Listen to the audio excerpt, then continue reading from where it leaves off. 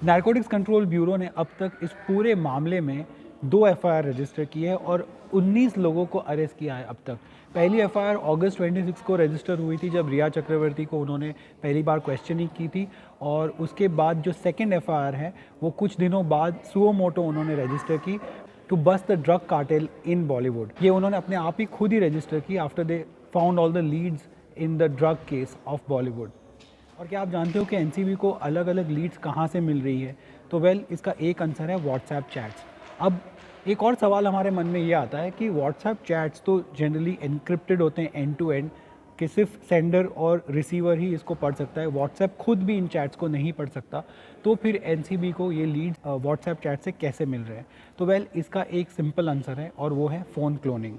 और ये सारा सिलसिला शुरू हुआ जब रिया चक्रवर्ती को कस्टडी में लिया गया और उनका फ़ोन भी कस्टडी में लिया गया, और उनका फ़ोन जब क्लोन किया गया तो उसमें से कई सारे व्हाट्सएप चैट्स निकले। एनसीबी को एक बड़ा व्हाट्सएप चैट मिला 2017 का, और वो एक ग्रुप चैट था जिसके अंदर ये जितने भी ए लिस्टर्स आप देख रहे हैं उनका नाम रिपोर्टेडली आया था, और इस वजह से इनको बुलाया जा रहा है। अब होता क्या है जब क्लोनिंग होती है फ़ोन्स की, तो जब ये क्लोनिंग होती है तो सारा डेटा जो है वो मिरर हो जाता है, जो फ़ोन का डेटा होता है वो सारा मिरर हो जाता है, सारा दिखने लगता है, और इसमें it includes WhatsApp chats, images, call records, outgoing, incoming, वो सारी ही चीज़ें आ जाती है। फिर इन सारे डेटा को एक दूसरे डिवाइस में ट्रांसफ़र कर दिया जाता है, और इस वजह से सारी जो डिटेल्स होती हैं वो इन्वेस्टिगेटिंग एजेंसीज़ को मिल जाती है, और फिर फॉरेंसिक टीम्स की भी मदद लेती है जो इन फ़ोन्स को डिकोड करने में उनकी मदद करती है। और ये जो बैकअप होता है it is not protected by any end to end encryption. तो जब ये किसी के हाथ लगता है तो सारा कच्चा चिट्टा खुल जाता है। तो ये सारी चीज़ें ऑफ कोर्स व्हाट्सएप पर है, पर what is the defence that Rhea Chakraborty's lawyers can build for हर?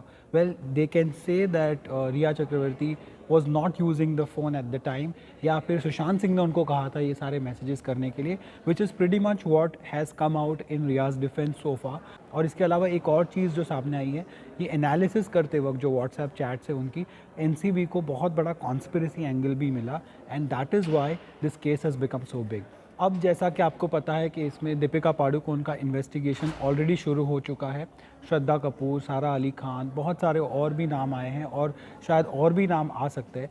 जब भी ये इन्वेस्टिगेशन शुरू होता है तो इन एक्ट्रेसेस को कहा जाता है कि उनके फ़ोन साइड में रख दिए जाए। कई बार फ़ोन्स को जब्त कर लिया जाता है, कस्टडी में ले लिया जाता है, और कॉन्फिस्केशन के बाद इनको जब क्लोन किया जाता है तो आपको पता है फ़ोन्स में हमारी सारी लाइफ छुपी हुई होती है, तो सारा जो उसमें से सारी डिटेल्स जो इसमें से वो ईजीली रिट्रीव हो सकती है। तो फ्रॉम दीज व्हाट्सएप चैट्स और जितनी भी प्रोग्रेस एनसीबी ने अपने केस में की, उसको देखकर तो यही लगता है कि उनका केस काफ़ी ज़्यादा स्ट्रॉन्ग है, and the fact that Rhea and Showik and all the others are not even getting bail so easily means that उनके केस में बहुत ज़्यादा दम है। लेकिन how will it all tie back to Sushant Singh death case, और सीबीआई को इस सारे मामले का और एनसीबी के प्रोग्रेस का कितना फ़ायदा होगा, ये कहना फ़िलहाल के लिए मुश्किल है। आपके क्या थॉट्स हैं प्लीज़ मुझे कमेंट सेक्शन में बताइए। If you like my videos, needless to say please subscribe only if you like my videos, that is no force. और दूसरी बात ये कि अगर आप सब्सक्राइब कर रहे हो तो please hit the bell icon, ताकि जब भी मैं वीडियो डालूँ आपको नोटिफिकेशन आ जाए। For now, thank you so much for watching.